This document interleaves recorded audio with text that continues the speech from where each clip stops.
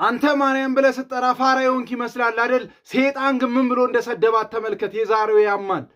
ተሻላቶች አንዴ ከልባችን በእውነት ነው የምላችሁ። በተለይ ወንዶች ናችሁ እንደዚህ ዜማና ግጥም እየሰራችሁ ምን ለፍቅረኛችሁ አትገጥሙም እንዴ?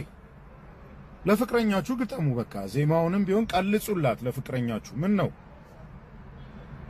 ምናባዊ ለሆነች ሴት እግዚአብሔር ዓለም ለማያውቃት ከጨለማ ለሆነች እርግጠኛ ነኝ ይሄን ቪዲዮ ያስጠፉታል። እናቱ ስትሰደብ እንደሚያመው ልጅ ግን ከሆንክ ይሄንን ቪዲዮ 50 ጊዜ በደንብ ኮፒ ሊንክ ሪፖስት አድርጉት።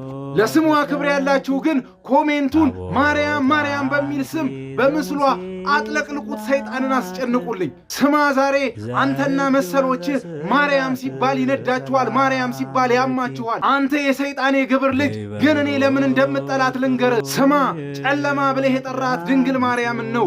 እውነት ነው ያንተና ያባት ቀኑ የጨለመባችሁ በድንግል ማርያም ነው። ከሷ የተወለደው ነው አባት ሰይጣንን በመስቀል የቀጠቀጠው። ከሷ የተወለደው ነው የዘላለም ቤታችሁ ሲኦልን የመዘበረው። ከሷ የተወለደው ነው አባት ላስጨነቃቸው ረፍት የሆነው። አሁንም ስሟ ምርኩዝ የሆናችሁ ማርያም እያላችሁ ሰይጣንን አስጨንቁልኝ። ቪዲዮውን እንዳያስጠፉት ከ50 ጊዜ በላይ በደንብ ኮፒ ሊንክ ሪፖስት አድርጉት። በሉ ቤቴን ፎሎ ያላረጋችሁ የፕላስ ምልክቷን በመጫን ፎሎ አድርጉ።